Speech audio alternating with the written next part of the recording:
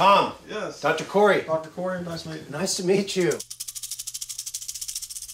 Come on in. And the other thing you got to remember is don't touch the top of the cages. You don't have to worry about that, Tom. Just don't like Keep my hands to myself here. All right. Tom hasn't really developed emotionally, socially, interpersonally, or occupationally, and these snakes are kind of keeping him stuck. This guy doesn't seem too happy that you're standing over the top of him. Yeah, he's just... Yeah, you don't need to get him worked up. Well, we're going to have to create an atmosphere that's open, and hopefully Becky and Tom gain some insight to some of the factors that have contributed to Tom's arrested development.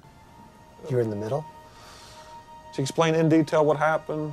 Obviously, your mom put you in between her and your father. Oh, yeah, I had a lot of anger toward that. Is it healthy for a child to have to pick sides? Yeah, no, it's not. Looking back at it, it's not. In your heart, you love both of them. But your mind, you're picking sides. My mental part said, I love Mom, I hate Dad. My heart said, I love both of them equally. It really did. I just needed the comfort of having the boys with me. And it probably affected me, you know, more than I thought it did. How so? I can't trust people. Sometimes if I meet a new stranger, the first thought is that person could be dangerous. I got to put up a block, like a wall, to protect myself from getting hurt, maybe. What you know about love is what? Disappointment. Mike. Hi, hello, how are you? I'm doing well. Dr. Corey, nice to meet you. Nice to meet you. It's unbelievable the level of denial that Mike has. His ability to dissociate from these surroundings is really informative. And hopefully today in the meeting, we're going to help him connect the dots of how he's learned these skills. Your ability to not see chaos is pretty profound. I mean, you've got a good wall that doesn't see negative things or toxic things or chaotic things. You've learned to block those things out. I've always referred to it as tunnel vision. He focuses in on one thing and he can just let everything else go. I walk in there and it's like, come on, kiddies, the can of food, throw it in the sink, get another can, go to work. Come home, go to bed, get up, do it again the next day. You've got this skill for a reason. Did you need walls growing up? Yeah, what, with my mother? My mother was not a good person. Did Mom ever give you that affection or that unconditional love when you were a kid? How do you think a kid deals with that kind of stuff? I know how I dealt with it. I ran away. It'd be hard for you to let down that wall. Well, my walls are down. I wouldn't be sitting here talking to you, sir. I understand, but it's not that far down because you came and accessed these emotions. What emotions? Do you need these walls with her? I don't have walls against my wife. That I know of. You've just had him for so long, you don't realize it. How has this affected you when your husband's got this ability to sort of block things out? How's it affected your relationship? And It's a very lonely feeling at times. I feel the emotions that he doesn't. You're just on different wavelengths at times. you put your serenity and your peace with your wife at risk with these cats. Yes, sir. Did you know that Michelle didn't feel like she's a priority when it came to the cats? No, I didn't. Is she a priority? Well, hell yes. The question is, can we get this wall down? I mean, it sounds like you're saying, I'll do anything, you know, as long as I get my wife back and her home back. And you're ready to give up some of these cats. My God.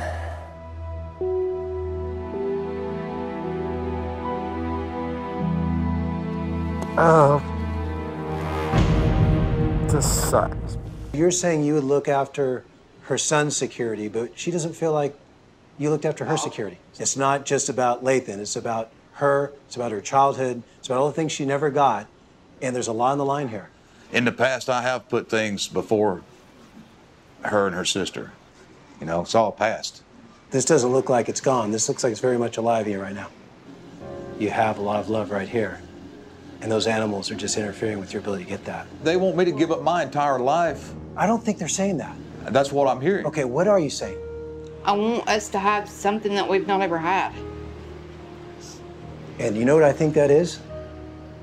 To feel prioritized. And you were affected by the Great Depression at some level. Oh, sure. Yeah. Oh, sure. It was more about survival and your work ethics. Do you see some of that yourself? There was no other way to grow up. It was a family that lived like that. People were kinder to each other in those days, and generosity beyond description. Oof. Mm. What's going on? That's the way people should be today. It was a beautiful thing. When I was over at your place today, I could see that, you know, your biggest concern is about the animals. When you have that many number of animals, it's got to take an enormous toll, especially with those work ethics. You know, I didn't think about it that way at all. These work ethics also can sometimes supersede our need for balance. I know. She's enjoying this. Yes, I am. Is she? Judy, what do you want from your mom? I love her, I miss her, and I want her with me. Do you think if you had some more trust and love and acceptance from your family that you may turn a little bit less toward the animals? I just don't feel like I can have a relationship with anyone. And that's where you turn to the animals. That's right. These defenses are useful for you in the past. The question is, do you still need all this protection in the present? And you have all these people right here saying, you don't need those. Can you let these people into your life? Trust is a hard thing. I hope he will let some help come, take advantage of the help, and use the help. Hi, Stan. How you doing? Hey, Nice to meet you. Nice to meet you, too. When I walked into Stan's place, it felt like it was someone that was in a barricade, surrounded by very vicious dogs, trying to protect themselves from the outside world. It's difficult for me because of hate built up in my heart for my stepfather. He hurt me very bad when I was a kid. You know, ideally it'd be nice if your stepfather would have nurtured you, held you, protected you, so you had an experience that, hey, when I'm vulnerable, someone will take care of me. And I know you have a strong faith in the Lord, but hopefully people as well. You must be Pat. Yeah. Dr. Corey. Corey, Nice to meet you, man. Nice to meet you, too. All right. I think Pat has such a strong attachment to these reptiles and snakes because he gets them. He understands them. What I'm concerned about is he doesn't seem to make the connection that these snakes can be a threat to the one person they really loves, which is Seth. I want to reframe this to you right now and say, you're putting something at risk that you really love with Seth. I would like you to choose Seth over these snakes. Why bring up the kid? You're crossing the line. I know my son is gonna, I know what it's gonna do. I will never put him in danger. But what do you think a judge would say?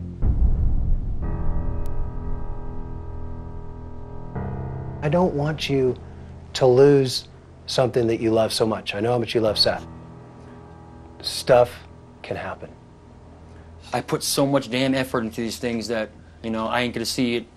All my things I put into this basically just fly out of my hands. No, hell no, I won't give him up. Simple question for me. What's the difference between a rescuer and a hoarder? Rescuer is doing something that better the snake and give it something it did not have. Okay. If you can't release it out in the desert. A hoarder? A hoarder is basically doing what I'm doing with these big snakes right now.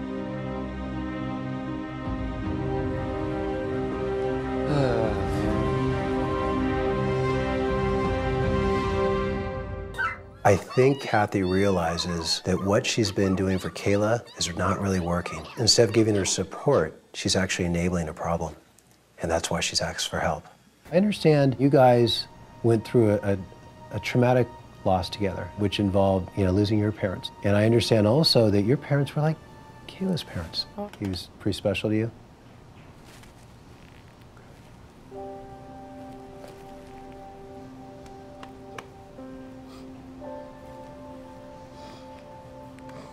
Yeah, and the part I regret in quite a bit is after my parents died, I pretty much had a total meltdown and I wasn't even able to be there for her when she needed me the most. I've waited for 5 years for you to say that. The dogs are kind of a manifestation of this need for security. Physical security, emotional security, financial security. You're looking to the dogs for some of this stuff. I would like you to try to get these needs met in some of your relationships. Is that possible for you? I feel like I'm my own family unit. I carry myself. It's hard for you to be vulnerable and let down your guard and turn to your loved ones and grieve. It's okay to grieve.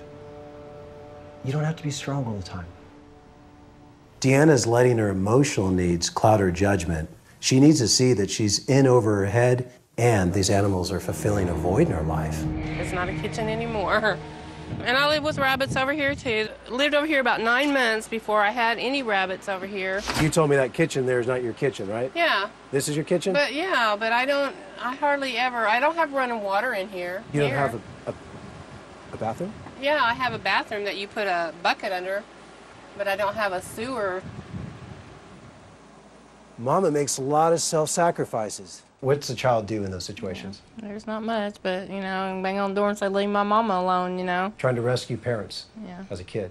Actually, I married kind of into the same situation that I left as a child and was mostly scared a lot of the time.